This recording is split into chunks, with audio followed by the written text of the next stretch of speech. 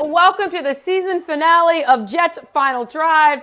I'm your host, Jeane Coakley. Like always, I'm joined by SNY NFL insider Connor Hughes. And today, we're joined by John Jastremski.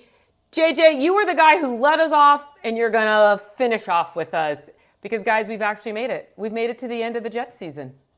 A stunning development. I didn't know for a while there, Jeane, if we were going to do it. It was touch and go. I mean, it was... I said this last week when we did the show. Like, this has definitely been the most trying year of my NFL covering career, and it's still my dream job. I am still doing a gig that I have to pinch myself to remind myself that I do this for a living. But when you're talking about the number of losses I've covered between the Jets and the Giants, just how sad everyone is, players, coaches, management. Like, it's not overly fun, and it's also kind of been the same story to write every single week. So I'm very much ready for the offseason and to talk free agency, draft, and everything that's going to come. And JJ, well, Connor, it's like deja vu for you. You too, Jeane. I mean, my goodness, it feels like it's the same old Groundhog Day again and again and again. And yes, Jeane, it makes sense because in my baseball playing days in the men's league in high school, I either batted last in the lineup or I led off because I couldn't really bat anywhere in between, just spraying the ball, running, doing my thing. So I think you guys here at Jets Final Drive got it perfectly. You either bat first, you bat last. There you go. See, we did it. We know what we're doing, Connor. All right, just a reminder, though, before we get started, you can find the audio version of Jets Final Drive on Apple Podcasts, Spotify, or wherever you get your podcast. So like we said, this season is finally... Jeane, can I say something real quick? Yes. Real quick? Of course. Robert Saleh's in the news. He's going to interview for the Jags head coaching job. How about that? There we go. Yeah, how about that? We're finishing the show talking about the Jets' former coach interviewing for the Jags job. Go figure. All right, anyways, so the season's finally over. The Jets ended their season 5-12, and hopefully we could put the drama of 2024 behind us and have a fresh start in 2025. That is, unless the Jets hire our old friend Rex Ryan. That's a thought. But before we get to the future of the team, let's take a look back at this past season. Everyone knows about the preseason hype and how they did not quite live up to expectations. That's to put it nicely. So, guys, in hindsight, looking back to the preseason, should we have seen this type of season based on everything we saw in preseason? No. Connor, we'll let you go. Yeah, sorry. No, we shouldn't have, because in training camp, they looked very much like the expectations that or like a team that was ready to fulfill the expectations that we thought they were going to fulfill. The offensive line was so damn dominant in that joint practice with the Commanders. By the way, the Commanders are a pretty freaking good football team right now. The offense... Yeah, Aaron Rodgers, this like trepid career low yards per attempt, the dink and dunk, that wasn't prevalent in training camp. He was feasting deep, throwing deep. Remember those passes where he was attacking the Giants secondary in those joint practices with Garrett Wilson going deep? Also did it against the Carolina Panthers. And yeah, I know the Giants and Panthers stink, but still, this was the offense that we expected, the defense that we expected, and then it all fell apart in the season. I think that the firing of Robert Saleh, when you look at how the defense regressed and the overall team regressed, and some of the things like Breece Hall has come out and say, and Garrett Wilson's come out and said regarding Robert Saleh and how the team changed once he let go. Breece Hall specifically saying he was not the problem. I think that just started this spiral and spiral and spiral. And the two main keystone points of this year for the Jets, in my personal opinion, it was Jermaine Johnson going down against the Titans, because that suddenly forced and thrust guys who maybe shouldn't have been playing as much as they were into the rotation for the defensive line. And then all of those injuries that Aaron Rodgers dealt with towards the beginning and middle portions of the season. The two knee injuries, the ankle injury, and the hamstring that was almost torn off his bone. Those problems really held the offense back, in addition to Hackett and all that other garbage. But that really held this offense back, and then the defense regressed, and it was just a cluster you-know-what for this team. And I think Jermaine Johnson, you mentioned the injury. I think his presence felt off the field as far as on the field. Like, you missed that leadership, you missed that guy. And JJ, how do you prevent future Jets teams from being blinded by this external hype? It's $1 million question, Jeane. I mean, this was a good roster, to be honest with you. No question. And I'm with Connor. I'm with you. I bought into the preseason hype. I bought into the narratives. Let's think about this for a minute. The Jets were competitive 2 years ago. We're basically playing winning in Week 17 football with horrific Zach Wilson and Mike freaking White, who is a third-string quarterback playing in Week 18 for the Buffalo Bills just because they wanted to finish up their year and they didn't want to get anybody hurt. The Jets 2 years ago were one win away from the postseason, basically. Last year, despite Aaron Rodgers going down, they beat the Eagles. They were right there with the Chiefs. They were competitive, basically, going into December. This team was better on the offensive line. They ended up adding Devontae Adams, future Hall of Famer, 8 or 9 weeks into the year. And Aaron Rodgers played 17 games this season. Aaron Rodgers played 17 games. Garrett Wilson caught over 100 passes. You add Adams, and yet here we are, gang, and we're talking about a 5-12 football team. So as far as what to do to counter the hype, it goes to show you need to have a climate of success. And that comes from the people that you bring in. And I'm not blaming it all on Robert Saleh because, hey, the Jets have a 15-year drought without going into postseason. So this was not a Robert Saleh problem. This was Adam Gase. This was Todd Bowles. Yeah. Isn't it only 14 years, not 15? 14, 15. Semantics, Jeane. It's the longest drought in professional sports. The point being is this. That sort of leadership, that sort of climate that is around the Jets, it's got to change. I don't know how they do it. I don't know how the next GM and head coach finds a way to do it. But that, to me, is where it starts. Eradicating a lot of the nonsense that's come out of the building. And what I just keep going back to, Jeane, and it's been in my mind when I've replayed this season over and over and over again, is those first 5 games when they had Robert Saleh and they had Nathaniel Hackett before eventually, like, Hackett was going to lose his job or lose his responsibilities to Todd Downing no matter what. That was going to happen. Robert Saleh was making that move before he got fired. But the Jets were 2-3, and they were preparing for a game against the Bills for first place in the AFC East. Who were the 3 teams that the Jets lost to begin the season? A healthy San Francisco 49ers team across the country in the Bay Area. The Denver Broncos. The Broncos are going to the playoffs. The Jets lost to them by 1 possession because of their kicker. The Minnesota Vikings, a team with the second or third best record in the NFL that was just playing for the Detroit Lions for first place in the NFC and home field advantage. Those were the Jets' 3 losses.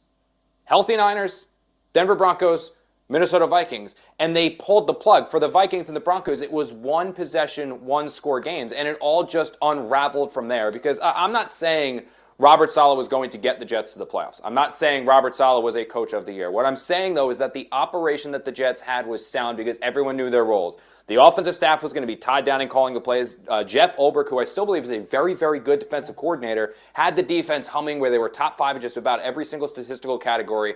And then Robert was the CEO type. Would it all still want to fall apart because Aaron suffered the injuries he did? Yeah, maybe. But I do believe that ultimately when they lost Robert, they lost the leadership and the captain of the ship that was keeping everybody else steady. And I don't know, are they a 5-win team? No, I think they're probably more looking at an 8-win team, maybe 9-win team if Robert Saleh had stayed. And then maybe they could have snuck their way into the playoffs. You never know. All right, and JJ, you mentioned Aaron Rodgers played every single game. He ended the season and possibly his career on a high note, throwing 4 touchdowns against the Dolphins and hitting 500 career touchdowns. Obviously, the Jets weren't facing a full-strength Dolphins. JJ, you know that quite well. But the game did give glimpses of what maybe could have been. So is there a part of you, JJ, that wants Aaron Rodgers to return to the Jets next season? Yeah, 100%, because I look at the quarterback options for them next season. They're not great, Jeane. The free agent market is not great. The draft class is not great. Oh, by the way, the Jets are not picking number 1, number 2, number 3 in the draft. I don't think they'll have a quarterback on the roster who's going to be as good and is going to be able to perform the way Aaron Rodgers did. Now, that all being said, I can read body language. You guys and gals, you're in the locker room every day with the Jets. It sure seems like we're heading to a divorce. It's just the body language, the cryptic messages you're getting from Aaron Rodgers going on McAfee's show every week. This does not seem like a guy who thinks full well he's going to be the Jet quarterback going into next year. I don't know what Woody Johnson is thinking. I don't know what the new GM and the head coach are going to be thinking. We'll see who they end up bringing in. But do I think we'll be watching Aaron Rodgers under center next year in a Jet uniform? I'd be very surprised. Now, Jeane, I don't get to make these decisions. If it were me and you're asking me, hey, I ran the Jets, who do I want my quarterback to be? I'd run it back with Rodgers for another year. But I think he ends up in Pittsburgh or San Francisco? Okay. Probably not San Francisco, but Pittsburgh is absolutely the one to keep an eye on there, as JJ just said. I think the Kyle Shanahan, that ship sailed. I don't think that's going to happen there with Rodgers going back over there. But it is a fascinating debate to have, guys, because the one thing that was posed to me when I was like, oh, the Jets are going to move on from Rodgers, was how do we replace that production? Yeah. Because, Rodgers was flawed. The yards per attempt, like we were just talking about, it was low. He threw for over 300 yards just once. He led the Jets to numbers right now up on the screen. Again, you include the fact that it was the extra game, so eliminate 4 of those touchdowns, 1 of those interceptions, and 200-something of those yards if they were playing an almost 17-game season like every other Jets quarterback absent Zach Wilson. But the fact still remains is that, he didn't throw for over 300 yards but once. He only led the Jets to 30-plus points twice. The yards per attempt were the lowest of his career. He's very clearly, at this point in his career, a quarterback that doesn't need to be carried. That's not the case. We're not talking about like Peyton Manning in his final year with the Broncos, but he's more of a game manager where you'll randomly get little bits and pieces of the brilliant quarterback that he used to be, like you saw in the finale against the Dolphins, and the game against the Patriots, and the game against the Bills. Like, you'll see little moments. You're just not going to see it consistently, but it's also everything that comes with Rodgers. So the production, it's going to be hard to replace. That player, that like you just saw, the almost 4,000 yards passing, the 28 touchdowns, you're not just going to pull one of those out of your you-know-what. Like, that's not going to happen. But it's everything that comes with Aaron that you need to take into consideration. The guy is 41 years old. His body has broken down his last 3 years. He had a thumb issue, remember that, his final year with the Packers, the Achilles injury his first year with the Jets, and now all the injuries that we were talking about a little bit ago this first year with the Jets. You also have the fact he's going to go on McAfee every single Tuesday. That's a major thing, because unlike other players where media relations and PR can control or know what's going to be said, Aaron is his own guy. Aaron does his own thinking. Aaron's not going to be controlled by anyone. If he has something he wants to say, he's going to go out there and say it. That's not going to bode well with everyone. You have a general manager and head coach where Rodgers, throughout the last few years of his career, has butted heads, whether it was with McCarthy, with LaFleur, with Saleh. Ulbrich, no, but there's other factors here in play.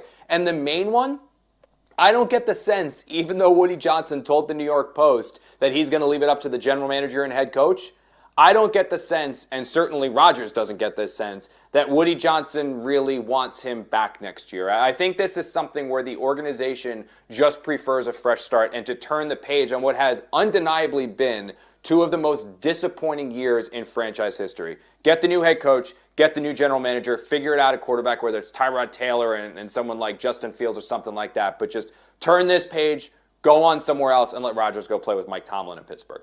I want to see this Mike Tomlin and Aaron Rodgers experiment, how that's going to work. They do like each other. It's like, go, Jeane, you should. I don't think you and Scott look at each other with the googly eyes that they were throwing each other when the Jets played the Steelers. I mean, that was like that. There was some. I mean, some have you love in seen the air Mike there. Tomlin? And Jeane, they're desperate to Steelers. Listen, Mike Tomlin, despite all of the success he's had as a head coach, he has not won a playoff game in, 7? It's going to be 8 years when Lamar Jackson and the Ravens smoke him on Saturday. Hey, they did beat the Ravens earlier this year.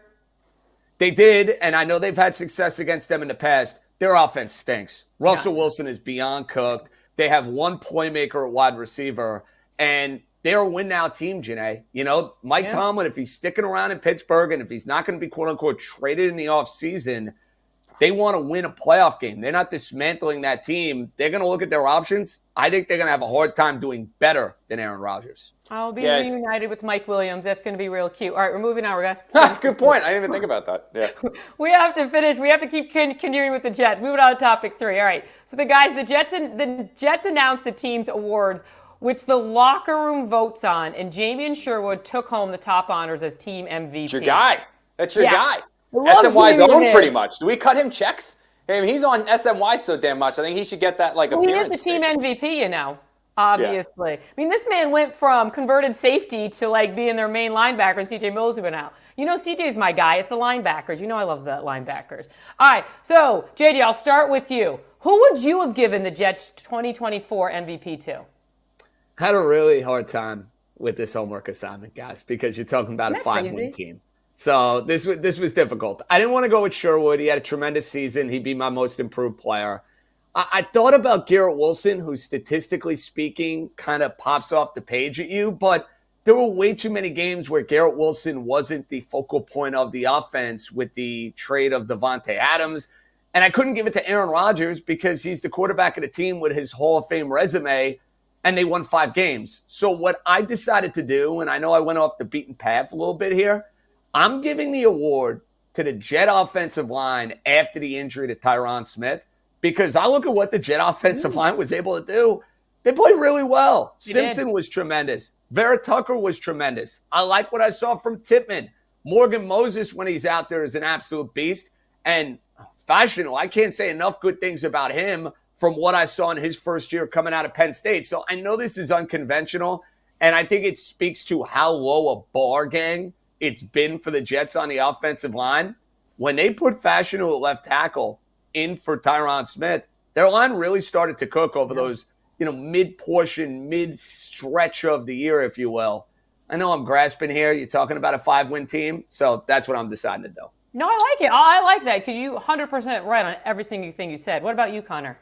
I go with Garrett. Garrett Wilson, to me, he was, even for a guy that was targeted as much as he was, I thought he was criminally underutilized in the way that he got his targets, but you still saw the spectacular nature of his play. And one of the reasons why I give him the MVP is every single week, every single play, he is not a receiver that when the ball doesn't go his way or the ball doesn't come his way, he's throwing his hands up in the game. He's never checked out. He's not pulling a George Pickens where you don't know what you're going to get from him on the field. The guy just wants to win, and the guy knows that he wants to win. And when he's featured within the offense, the Jets usually do win. And when you look at what he's able to do with the ball in his hands, when you look at what he's able to do when he's featured, he is just this team's most dynamic, explosive, incredible player. And in my opinion, with Garrett Wilson, he is the guy that you build around. And there's absolutely frustrations building, and it would not surprise me in the slightest if, depending on what the Jets do, a quarterback, GM, and head coach, he goes to somebody and says, look,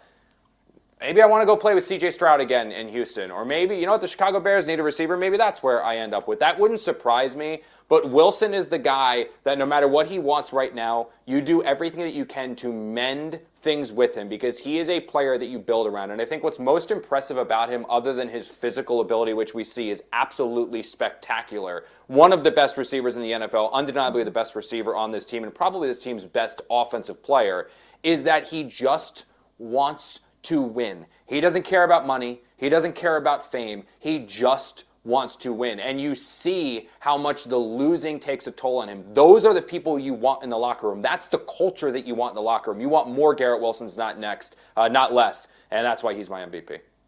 All right, very nice. Now let's move on. Now, JJ, you said that you would have given Jamian Sherwood most improved, which I think she deserved MVP, so whatever.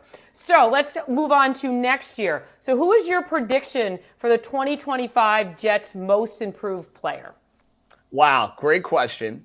And I'm going to put a little caveat on this because I think it depends, obviously, entirely on injury and what the timetable may look like for this particular player. Olu Fashanu, I think, is going to be a stud. Absolute stud. And I know I mentioned him as a part of the Jet offensive line turnaround. If indeed he's able to go and play 16 or 17 games, I think the Jets got themselves, gang, a cornerstone at tackle. And that's exactly what they envisioned when they drafted him. And they passed up Brock Bowers. Brock Bowers is going to be one of the best tight ends in the NFL. So you really want that pick to go and be a guy who's going to be a big part of what you want going for you moving forward. I think we're talking about Fashanu as one of those cornerstone tackles, and the Jets got one of those guys. I'm very bullish on what this kid can do. Was it the Lions? Was it the Lions that passed on a receiver when they took Penei Sewell? Am I right? I don't know if that was the Chase draft or something like that. But it was the Chase draft. Dolphins took Waddle. They ended up with Sewell. Got you. Worked okay, out pretty well. Yeah, that's what it was, and I think like that could be very similar where Brock Bowers is a stud, and yeah, the Jets could use playmakers and stuff like that. But one of the things that we said on draft night when people were losing their minds on why didn't they get a playmaker, when it pertained to Olu Fashanu was exactly what JJ said, was that if something happened to Tyron Smith, who was a major concern with durability, if something happened with Morgan Moses, who was a concern with durability, they were going to have to turn to Max Mitchell and Carter Warren to start. You saw what happened this year when they turned to Max Mitchell and Carter Warren to start, which is why Fashanu was, maybe not the best player on their board, but pretty close to 1, 2, or 3, and he filled a major need and gave them a major luxury. And it's just a shame that Joe Douglas spent his entire time trying to build that offensive line into a force to be reckoned with. He finally did it, and then he got fired and won't actually get a chance to see this through. But you got a hat tip to him because it was his final parting gift to this organization. My most improved, it's Malachi Corley. I know that there are some maturity issues with him at the moment, and that's why he hasn't necessarily been on the field as much as they expected. I think that he is the type of player who will be humbled. I think the new coaching staff will be able to connect with him. I think the new quarterback will be able to connect with him. And he's going to come back next year more refined, more improved, a better route runner with a better head on his shoulders. And you'll get to see that physical ability that was only flashed in bits and spurts in training camp to preseason. And then his one end around that was almost a touchdown before he threw the ball before the end zone. So he's my vote for most improved. As somebody certainly going into next year. My most improved this year would have been Will McDonald, by the way. The fact that guy had 10.5 sacks is wild. Well, I was just going to say, I can't wait for next year with Jermaine Johnson and Will McDonald on the field. And, JJ, if you can give the offensive line MVP, I want most improved next year to be the defensive line because I think the two of them together, going to be fun. All right, topic number 4. The Jets officially have the 7th pick in the 2025 NFL Draft. All right, JJ, here's the big question. What position do the Jets need most? What position do the Jets most need to address in this year's draft? Because we just talked about getting Olu and not a playmaker, and look what happened. So, what are you going with? A whole lot of all of the above. Quarterback, obviously, is the massive elephant in the room, depending on what's going to happen with Aaron Rodgers. I don't know where you stand on Cam Ward and Shedeur Sanders. Are they even going to be available when the Jets are picking at 7th? Probably not, but Jeane, you could sell me on the Jets getting help on the defensive line. You could sell me on the Jets going and adding a safety. Is DJ Reed back on this Jet team, and the Jets going to be looking to go and add somebody to play alongside Sauce Gardner? I think when you're a 5-win team, Connor, best player available, nothing wrong with that. So I'd be very open-minded if I'm the next general manager to where I'm going to allocate that resource. You really can't go wrong. All right, so Connor, should the Jets consider moving up to get a top pick or move down and try to get future assets?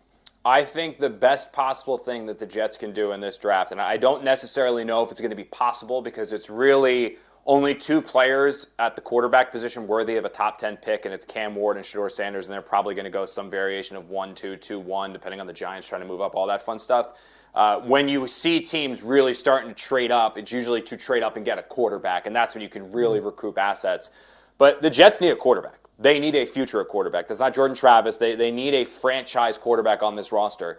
I don't think they're going to find it in this year's draft class, but next year's class, which could include Arch Manning if he doesn't go back to Texas again, and Drew Allard and some of those other players that are over there, I think the best thing the Jets can actually do at 7 is to trade back, recoup additional assets for 2026, start to build that cache of picks so that next year, if there is that quarterback, maybe the Jets do finish with 4 or 5 wins again and they're picking top 5 organically. But if they're not and they're a 500 team or a 9-win team with a veteran stopgap starter like a Kirk Cousins or Tyrod Taylor, maybe what the Jets can do, package those picks, trade up into the top 3, and get their franchise quarterback next year. And they will have the ability to do that if they recoup some assets this year for next.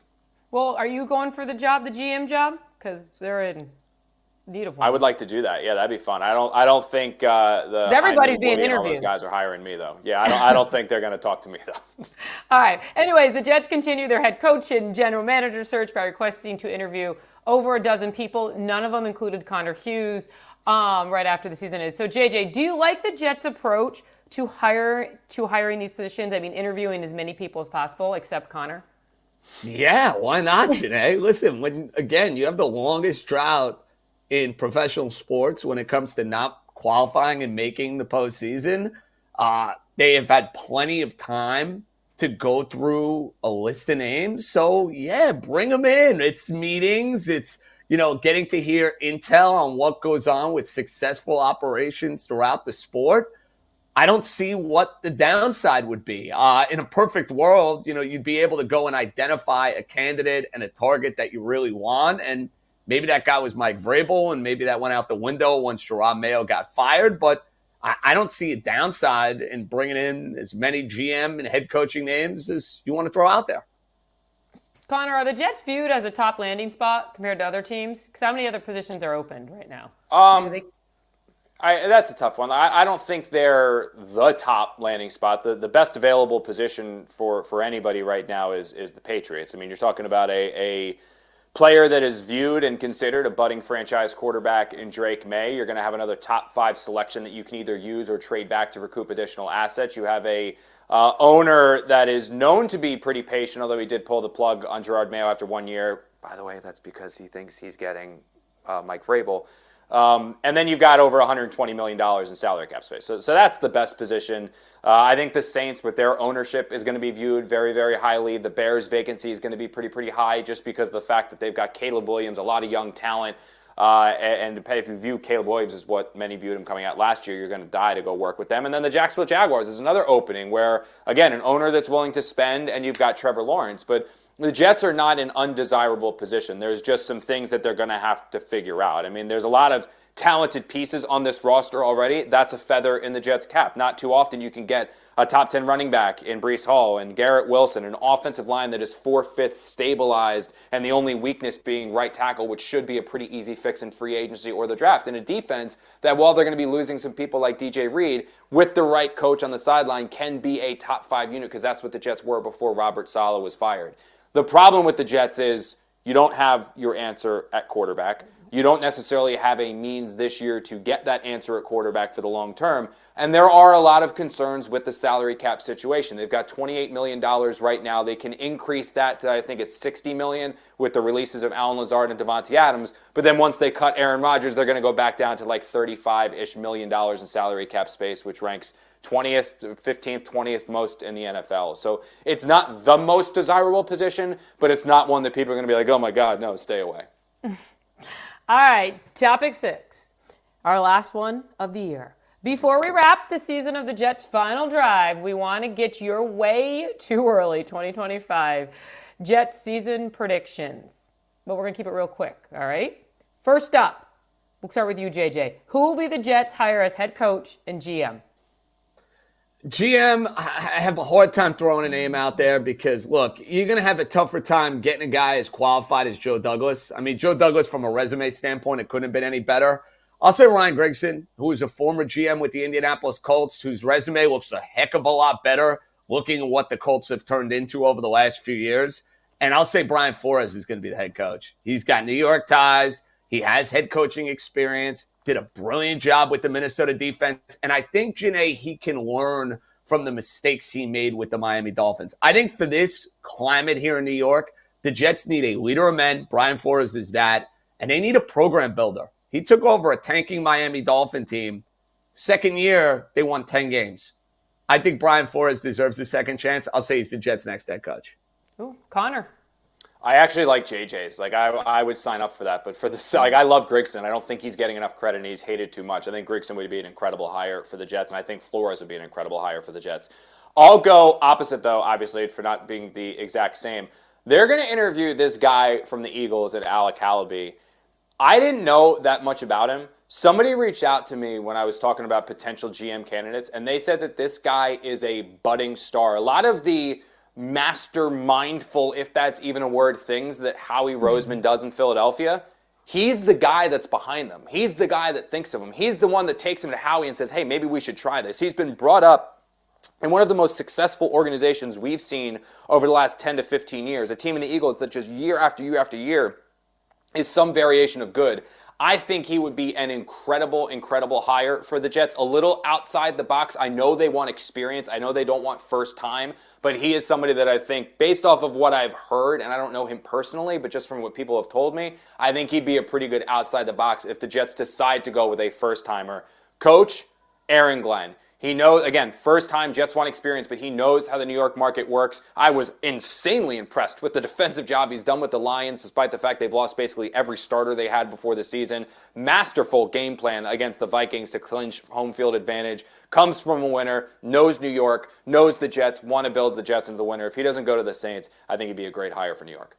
All right, next, give us one surprise offseason signing or transaction. JJ, you know what quick is. We'll work on Connor for this one. Sorry.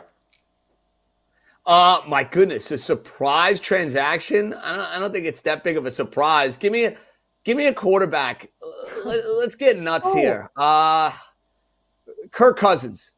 If I'm going with the Brian Flores team, does that work? I'll go with that. I mean, it would be a surprise. It would be a surprise, no doubt. You, Connor? I like Kirk. I think Kirk Cousins actually ends up playing for the Giants, though. I think that's going to be Giants with Kirk and a rookie. Here's mine. It's a prediction of what's not going to happen. I think that there's a decent chance that Garrett Wilson or Garrett Wilson's representation ends up asking for a trade. I'm not saying that's going to happen. I could just foresee that happening. If it does, though, Jets don't trade him. I think the Jets absolutely do not trade Garrett Wilson. I think they mend the fences with him, and I think Garrett Wilson is a cornerstone player for this franchise for the next 10-plus years. Will have his name in the Ring of Honor, will be known as one of the best Jets of all time. I don't think Garrett Wilson is going anywhere, even if the relationship right now is a little rocky, even if maybe he's not overly happy with the total direction of the team. Maybe he doesn't feel totally loved. I don't care. The Jets will mend the fences with him, and Garrett Wilson will be a Jet for a very, very long time. All right, our final question. And we will rerun this next season when we start this. And JJ, of course, you will be on our first show. You have to. What will the Jets' record be next season? Oh, my goodness. I know Jet fans aren't going to love to hear this. What, they go 5-12 this year? I'll say they're one better. 6-11. Oh, okay. I'll go 7-10. I think 7-10. I think they'll win a couple more games because I think they'll get some decent quarterback play from Tyrod Taylor. I think they'll have another guy like a Justin Fields or something like that behind him will steady the ship when Taylor inevitably misses a month or so of games. I don't think they're headed to the playoffs or anything like that. They need to get that long-term quarterback answer. But 7-10, I think, is a marked improvement from this year. And JJ, one last thing. The final thoughts on this whole Jets season. Wow, I have to give you a final thought. A bummer. Hey, Connor, don't interrupt because I have something to ask you after. No, I think it's going to go down as one of the biggest disappointments in the history of the Jet franchise. There was Super Bowl aspirations, Jeane, at the beginning of the year, and the team was basically eliminated by Halloween. So I don't know how you phrase it any nicer than that. It's a major, major bummer, and you hope that happier days are on the horizon. All right. And Connor, my last question to you. Who's the number one press box food? Did the list change at all?